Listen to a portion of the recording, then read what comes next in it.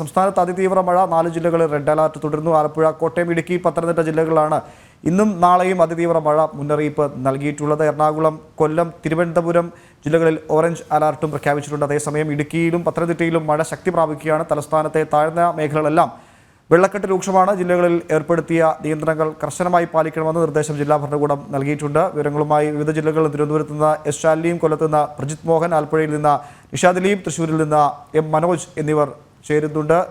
കൊല്ലത്തെ മഴയുടെ അവസ്ഥ എങ്ങനെയുണ്ട്? മഴ ഇപ്പോൾ പെയ്യുന്നുണ്ട്. എന്താണ് കൊല്ലത്തിൻ്റെ അവസ്ഥ? ഉമേഷ്, കഴിഞ്ഞ ദിവസം രാത്രിയും കൊല്ലത്ത് ശക്തമായ മഴ തന്നെ പെയ്തിരുന്നു. എന്നാൽ ഇന്ന് പകൽ മഴ പെയ്യുന്ന ഒരു വ്യത്യസ്ത പാറ്റേണിലാണ്. കുറച്ച് സമയം ശക്തമായ മഴ ഉണ്ടാകുന്നു, പിന്നീട് അതൊരു ചാറ്റൽ മഴയിലേക്ക് പോകുന്നു. ഈ ചാറ്റൽ മഴ ഇപ്പോഴും നിലനിൽക്കുന്നുണ്ട്. ഈ ചാറ്റൽ മഴയ്ക്ക് ശേഷം വീണ്ടും മഴ ശക്തമാകാനുള്ള സാധ്യതയാണ് നിലനിൽക്കുന്നത്. ജില്ലയിൽ വലിയ രീതിയിലുള്ള നാശനഷ്ടങ്ങളൊന്നും ഇതുവരെ റിപ്പോർട്ട് ചെയ്യപ്പെട്ടിട്ടില്ല എന്നുള്ളതാണ്. പ്രത്യേകിച്ച് കൊല്ലത്തിൻ്റെ കിഴക്കൻ മേഖലകളിലൊക്കെ മഴ ശക്തമാണ്, അഞ്ചൽ, പുനലൂർ തുടങ്ങിയ മേഖലകളിൽ. പക്ഷേ കാര്യമായ നാശനഷ്ടങ്ങളൊന്നും അവിടെ നിന്നും റിപ്പോർട്ട് ചെയ്യപ്പെടുന്നില്ല. ഇത്തിക്കരയാറിൻ്റെയും കല്ലടയാറ്റിലും നേരിയ ഒരു തോതിലുള്ള ഒരു നീരൊഴുക്ക് വർദ്ധിച്ചിട്ടുണ്ട്. പക്ഷേ കാര്യമായ ഒരു ജലവിധാനത്തിലുള്ള വർധനവൊന്നും ഉണ്ടായിട്ടില്ല. പക്ഷേ കൈത്തോടുകളൊക്കെ നിറഞ്ഞു കവിയുന്ന സാഹചര്യം പലയിടത്തുമുണ്ട്. അതിനപ്പുറത്തേക്കുള്ള പ്രധാനപ്പെട്ട വലിയ വിഷയങ്ങളൊന്നും ഉണ്ടാകുന്നില്ല. എന്നാൽ കൊല്ലം നഗരത്തിലെ ചില ഭാഗങ്ങളിലെങ്കിലും ചെറിയ രീതിയിൽ ചില വീടുകളിലേക്കൊക്കെ വെള്ളം കയറുന്ന സാഹചര്യം ഇപ്പോഴും ഉണ്ട്. കഴിഞ്ഞ ദിവസം നമ്മൾ പോയ സെൻറ്റ് സേവിയർ കോളനി അടക്കമുള്ള ഭാഗങ്ങളിലേക്ക് പക്ഷേ ഒരു വലിയ പ്രശ്നത്തിലേക്കോ അല്ലെങ്കിൽ അവിടെയുള്ള എല്ലാ വീട്ടുകാർക്കും ഒക്കെ ബുദ്ധിമുട്ടുണ്ടെന്ന രീതിയിലേക്ക് കാര്യങ്ങൾ പോയിട്ടില്ല എന്നുള്ളതാണ്. കാരണം ഈ കൊല്ലം തോടിൻ്റെയൊക്കെ സാന്നിധ്യം ഉള്ളതുകൊണ്ട് തന്നെ വളരെ പെട്ടെന്ന് തന്നെ ഈ മഴ കുറച്ചൊന്ന് ശക്തി കുറഞ്ഞ് നിൽക്കുമ്പോൾ ഈ വെള്ളം ഒഴുകി പോകുന്നുണ്ട്. അതുകൊണ്ട് തന്നെ വലിയ പ്രശ്നങ്ങളൊന്നും ഉണ്ടാകുന്നില്ല. പക്ഷേ തീരപ്രദേശത്തൊക്കെ ജാഗ്രതാ നിർദ്ദേശം നൽകിയിട്ടുണ്ട്. പ്രത്യേകിച്ച് ഈ ജില്ലയിൽ ഓറഞ്ച് അലർട്ട് നിലനിൽക്കുന്ന സാഹചര്യത്തിൽ അലർട്ട് പിൻവലിക്കും വരെ മത്സ്യത്തൊഴിലാളികൾ കടലിൽ പോകാതിരിക്കണം എന്നുള്ളൊരു നിർദ്ദേശം നൽകിയിട്ടുണ്ട്. തീരപ്രദേശത്തുള്ളവർക്ക് ജാഗ്രതാ നിർദ്ദേശം നൽകിയിട്ടുണ്ട്. പ്രത്യേകിച്ച് മുണ്ടയ്ക്കൽ പോലെയുള്ള തീരമേഖലകളിൽ കടലാക്രമണം രൂക്ഷമാകുന്ന സാഹചര്യം ഉണ്ടായാൽ അവിടെ നിന്ന് ആളുകൾ മാറി പാർക്കണമെന്നുള്ളൊരു നിർദ്ദേശവും നൽകിയിട്ടുണ്ട്. പക്ഷേ പൊതുവെ ജില്ലയിൽ കാര്യങ്ങൾ ശാന്തമാണ് എന്നുള്ളതാണ് പറയേണ്ടത്. മഴ ഇപ്പോൾ ഒരു കുറച്ച് തെളിഞ്ഞ ഭാഗങ്ങളും ജില്ലയുടെ വിവിധ മേഖലകളിലുണ്ട്.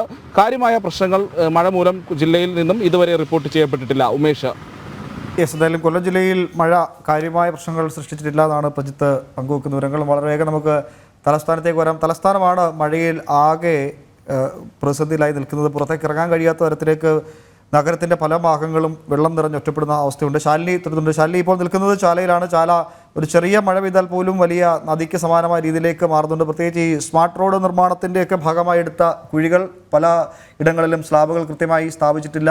മാത്രമല്ല മഴക്കാല പൂർവ്വ ശുചീകരണങ്ങൾ ഓടെയൊക്കെ വെള്ളം ഒഴുകിപ്പോകാൻ പറ്റുന്ന തരത്തിലേക്ക് മാറ്റുന്ന പ്രവർത്തികളൊന്നും നടന്നിട്ടില്ല. അങ്ങനെ വലിയൊരു പ്രതിസന്ധി തലസ്ഥാനത്തുണ്ട്. അത് കഴിഞ്ഞ മഴക്കാലത്തും അല്ലെങ്കിൽ ചെറിയൊരു മഴ പെയ്താലും ഒക്കെ ഇത്തരം വലിയ പ്രതിസന്ധി ഉണ്ടാകുമ്പോഴും അധികൃതർ അങ്ങോട്ടേക്ക് തിരിഞ്ഞു നോക്കുന്നില്ലെന്നുള്ള പരാതി മാത്രമാണ് ഓരോ മഴക്കാലത്തും അവശേഷിക്കുന്നത്. ശാലിനി, ഉമേഷ്, ഉഷ്ണതരംഗ മുന്നറിയിപ്പുകളും ഒപ്പം തന്നെ കനത്ത ചൂടുമൊക്കെ ഉണ്ടായപ്പോൾ ഒരു മഴ പെയ്തിരുന്നെങ്കിൽ ആശ്വാസമായിരുന്നേനെ എന്ന് നമ്മൾ ആഗ്രഹിച്ചിരുന്നു. പക്ഷേ തലസ്ഥാനവാസികൾക്ക് ഇപ്പോൾ ആ മഴ പെയ്തപ്പോൾ ആശ്വാസം മാറി ആശങ്കയിലേക്ക് കാര്യങ്ങൾ പോവുകയാണ്. ഞാനിപ്പോൾ നിൽക്കുന്നത് ഉമേഷ് സൂചിപ്പിച്ചതുപോലെ തന്നെ ചാലയിലാണ്. റൂം ഫോർ ദ റിവർ എന്ന പദ്ധതി എവിടെയാണ് നടപ്പിലാക്കിയത്? ഇത് റിവർ മാത്രമായോ എന്നൊരു ചോദ്യമാണ് ഇപ്പോൾ തലസ്ഥാനവാസികൾ മുഖ്യമന്ത്രിയോടും മന്ത്രി മുഹമ്മദ് റിയാസിനോടും ഒക്കെ തന്നെ ചോദിക്കുകയും ചെയ്യുന്നത്. നമ്മളിപ്പോൾ നിൽക്കുന്നത് ചാലയിലെ പ്രധാന വ്യാപാര കേന്ദ്രങ്ങളുടെ സമീപത്താണ്. മൊത്ത വ്യാപാര കേന്ദ്രങ്ങളാണ്. എനിക്ക് പിന്നിൽ കാണുന്നത് പോലെ തന്നെ കടകളിലൊക്കെ തന്നെ ലോഡ് കണക്കിന് സാധനങ്ങളുണ്ട്. തൊട്ട് പിന്നാലെ തന്നെ ഈ കടകളിലെ തറയിലേക്ക്, നിലത്തേക്ക് ഒരു പക്ഷേ കാണിച്ചാൽ നമുക്ക് മനസ്സിലാകും എത്രത്തോളം ദുരിതത്തിലാണ് ഓരോ കച്ചവടക്കാരും എന്നുള്ളത്. കാരണം വെള്ളക്കെട്ട് രൂക്ഷമായി കടയ്ക്കുള്ളിലേക്ക്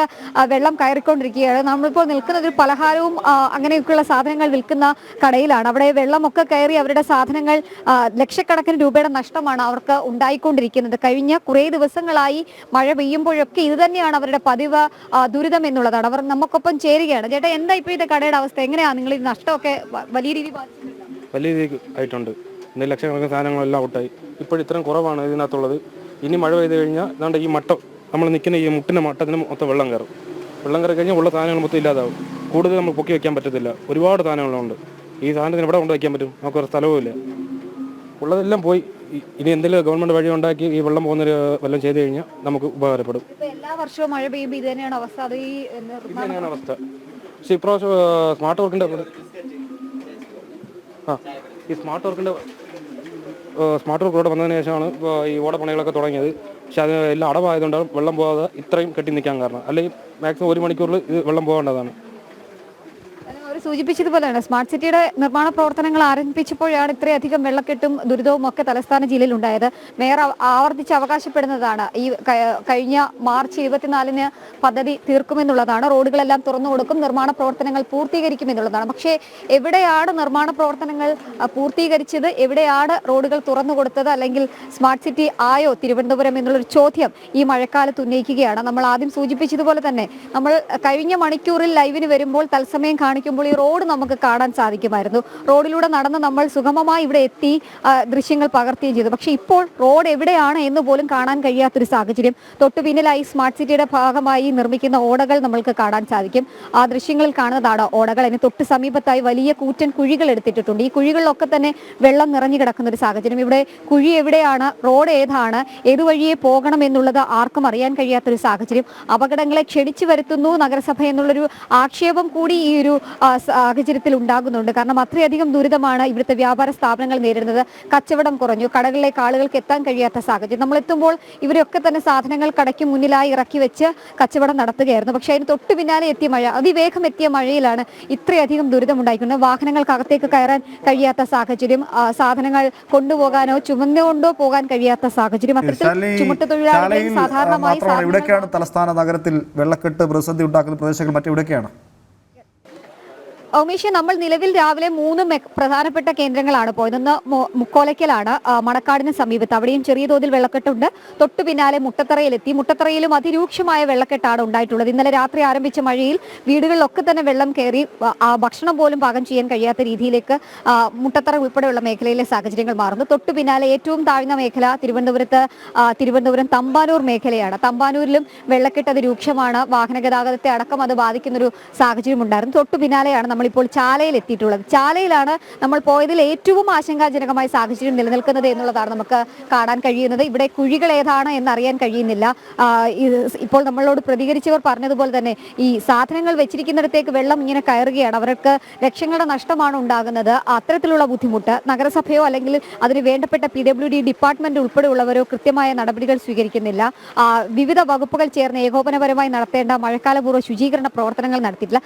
സമീപത്ത് കാനകൾ ഉണ്ട്. ആ കാനകളിൽ മതിയായ സമയത്ത് നടത്തേണ്ട ശുചീകരണ പ്രവർത്തനങ്ങൾ നടത്തി ആ വെള്ളത്തിന്റെ ഒഴുക്ക് ശരിയായ രീതിയിലാക്കിയിരുന്നെങ്കിൽ ഒരുപക്ഷെ ഇത്രയധികം വെള്ളക്കെട്ട് ഇവിടെ ഉണ്ടാകില്ല. അത്തരത്തിൽ വലിയ രീതിയിലുള്ള ബുദ്ധിമുട്ടിലൂടെയാണ് ഇപ്പോൾ ചാല നഗരം കടന്നു പോകുന്നത്. എനിക്ക് അങ്ങോട്ടേക്ക് പോയി ആളുകളുടെ പ്രതികരണം എടുക്കണം എന്നുള്ള ഒരു ആഗ്രഹമുണ്ട്. പക്ഷേ എവിടെയാണ് കുഴി എന്നുള്ളത് നമുക്കറിയില്ല. ഈ നടന്നു പോകുന്ന പലരും ഇവിടുത്തെ പ്രദേശവാസികളായതുകൊണ്ട് തന്നെ അവർക്ക് ആ സ്ഥലങ്ങൾ അറിയാം, കുഴികൾ നോക്കി പോവുകയും ചെയ്യും. അത്തരത്തിൽ വലിയ രീതിയിലുള്ള ബുദ്ധിമുട്ട് ചാല നേരിടുകയാണ്. എന്തായാലും ഇന്ന് ഈ മണിക്കൂറിലും തിരുവനന്തപുരം ജില്ലയ്ക്ക് ഓറഞ്ച് അലർട്ട് ജാഗ്രതാ നിർദ്ദേശമാണ് ഉള്ളത്. ഇനി 1 മണിയോടുകൂടിയുള്ള അലർട്ടിൽ മാറാനുള്ള സാധ്യതകൾ കൂടിയുണ്ട്. എന്തായാലും ശക്തമായ മഴ, അതിതീവ്ര മഴയ്ക്കുള്ള മുന്നറിയിപ്പ് കൂടിയാണ് തലസ്ഥാന ജില്ലയ്ക്ക് ഈ മണിക്കൂറിലും കേന്ദ്ര കാലാവസ്ഥാ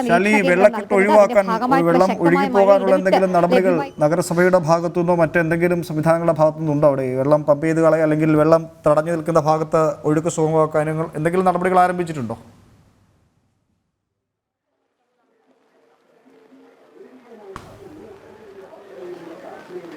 ഉമേഷ്, നമ്മളിപ്പോൾ എത്തിയിട്ട് 2 മണിക്കൂർ പിന്നിട്ടിരിക്കുകയാണ് ഈ ചാല മേഖലയിൽ. അതായത് ഈ നിൽക്കുന്ന വ്യാപാര മേഖലയിൽ നമ്മൾ എത്തിയിട്ട് 2 മണിക്കൂർ പിന്നിട്ടിരിക്കുന്നു. പക്ഷേ ഒരാൾ പോലും, നഗരസഭയുടെ ഒരു പ്രതിനിധി പോലും ഇവിടെ എത്തിയിട്ടില്ല എന്നുള്ളതാണ് ഏറ്റവും ആശങ്കാജനകമായിട്ടുള്ള കാര്യം. അതുമാത്രമല്ല, ഈ വെള്ളം ഒഴുക്കിവിടാനുള്ള ഒരു രീതിയിലുള്ള പ്രവർത്തനങ്ങളും അവരുടെ ഭാഗത്തു നിന്ന് ഉണ്ടാകുന്നില്ല എന്നുള്ളതാണ്. നമുക്ക് ഇവരോടൊക്കെ തന്നെ ചോദിച്ചറിയാം എങ്ങനെയാണ്. ചേട്ടാ, ബുദ്ധിമുട്ടായോ സാധനമൊക്കെ വാങ്ങാൻ? പിന്നെ സാധനമായി കംപ്ലീറ്റ് ബുദ്ധിമുട്ട്, അങ്ങോട്ടൊന്നും പോകാൻ പറ്റില്ല.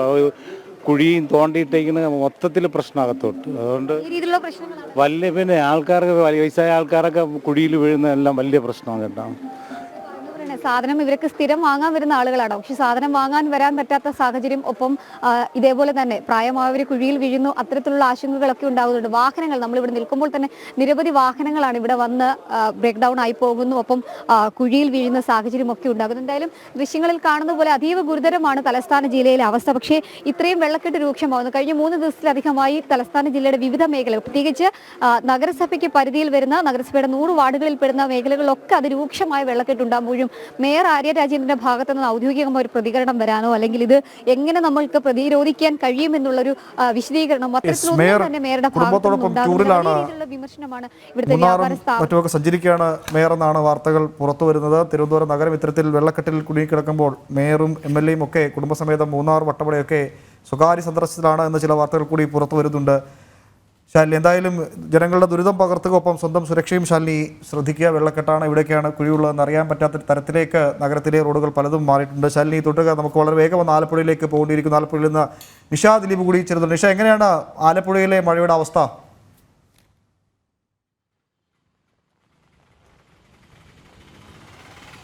ഉമേഷ്, ഇന്നലെ രാത്രി മുതൽ ആലപ്പുഴയിൽ ഇടവിട്ട് മഴ പെയ്യുകയാണ്. അല്പസമയം മുമ്പ് ഈ മഴ ശക്തമായി തന്നെ പെയ്യാൻ തുടങ്ങിയിട്ടുണ്ട്. എന്തായാലും ഇന്നലെയും ഇന്നും നാളെയും ആലപ്പുഴ ജില്ലയിൽ റെഡ് അലർട്ടാണ് പ്രഖ്യാപിച്ചിരിക്കുന്നത്. അതുകൊണ്ട് തന്നെ സാഹചര്യമൊക്കെ കണക്കിലെടുത്തുകൊണ്ട് വരും മണിക്കൂറുകളിലൊക്കെ ശക്തമായ മഴയ്ക്കുള്ള സാധ്യത ഉണ്ടാകുന്നുള്ള കാലാവസ്ഥാ നിരീക്ഷണ കേന്ദ്രത്തിന്റെ മുന്നറിയിപ്പ് കണക്കിലെടുത്തുകൊണ്ട് തന്നെ ജില്ലാ ഭരണകൂടം ദുരിതാശ്വാസ ക്യാമ്പുകൾ അടക്കം തുടങ്ങണമെങ്കിൽ ആവശ്യമെങ്കിൽ തുടങ്ങാനുള്ള എല്ലാ തയ്യാറെടുപ്പുകളും പൂർത്തിയാക്കിയിട്ടുണ്ട്. ആലപ്പുഴ നഗരത്തിൽ പലയിടത്തും വെള്ളക്കെട്ട് രൂപപ്പെട്ടിട്ടുണ്ട്. അത് ഈ ശക്തമായ മഴയിലുണ്ടായ വെള്ളക്കെട്ട് മാത്രമല്ല, കാരണം ഞാൻ പറഞ്ഞു ഇന്നലെ രാത്രി മുതൽ തന്നെ മഴ പെയ്യുകയാണ്. അതുകൊണ്ട് തന്നെ മഴക്കാലപൂർവ്വ ശുചീകരണ പ്രവർത്തനങ്ങളൊക്കെ ആലപ്പുഴ നഗരസഭ തുടങ്ങിയത് ഈ 2-3 ദിവസങ്ങൾക്ക് മുൻപ് മാത്രമാണ്. പല ഇടങ്ങളിലും കാണകളൊക്കെ നിറഞ്ഞ് റോഡിലേക്ക് വലിയ രീതിയിലുള്ള വെള്ളക്കെട്ട് ഉണ്ടാകുന്ന ഒരു സാഹചര്യമുണ്ട്. പിന്നീട് കുട്ടനാടിനെ സംബന്ധിച്ച് പറയുകയാണെങ്കിൽ, കുട്ടനാട്ടിൽ ആലപ്പുഴയിൽ മഴയില്ല എങ്കിൽ പോലും കുട്ടനാട്ടിൽ വെള്ളക്കെട്ടുണ്ടാവാനായി കിഴക്കൻ മലയോര മേഖലകളിൽ മഴ പെയ്താൽ മതി. കിഴക്കൻ മലയോര മേഖലകൾ കോട്ടയം, ഇടുക്കി, പത്തനംതിട്ട പോലുള്ള കിഴക്കൻ മലയോര മേഖലകളിൽ മഴ ശക്തമാകുമ്പോൾ തന്നെ അവിടെ നിന്നുള്ള വെള്ളം വലിയ രീതിയിൽ കിഴക്കൻ വെള്ളം കുട്ടനാട്ടിലേക്ക് ഒഴുകിയെത്തും. കുട്ടനാട്ടിൽ ഇപ്പോൾ രണ്ടാം കൃഷിയാണ്. ഈ മഴ പെയ്യുന്നതും ഒപ്പം തന്നെ കിഴക്കൻ വെള്ളം ഒഴുകിയെത്തി തുടങ്ങിയാലും രണ്ടാം കൃഷി അത് വലിയ രീതിയിൽ തന്നെ രൂക്ഷമായി ബാധിക്കും. എന്തായാലും നിലം ഒരുക്കുന്ന പ്രവർത്തനങ്ങളൊക്കെ കുട്ടനാട്ടിൽ നടക്കുകയാണ്.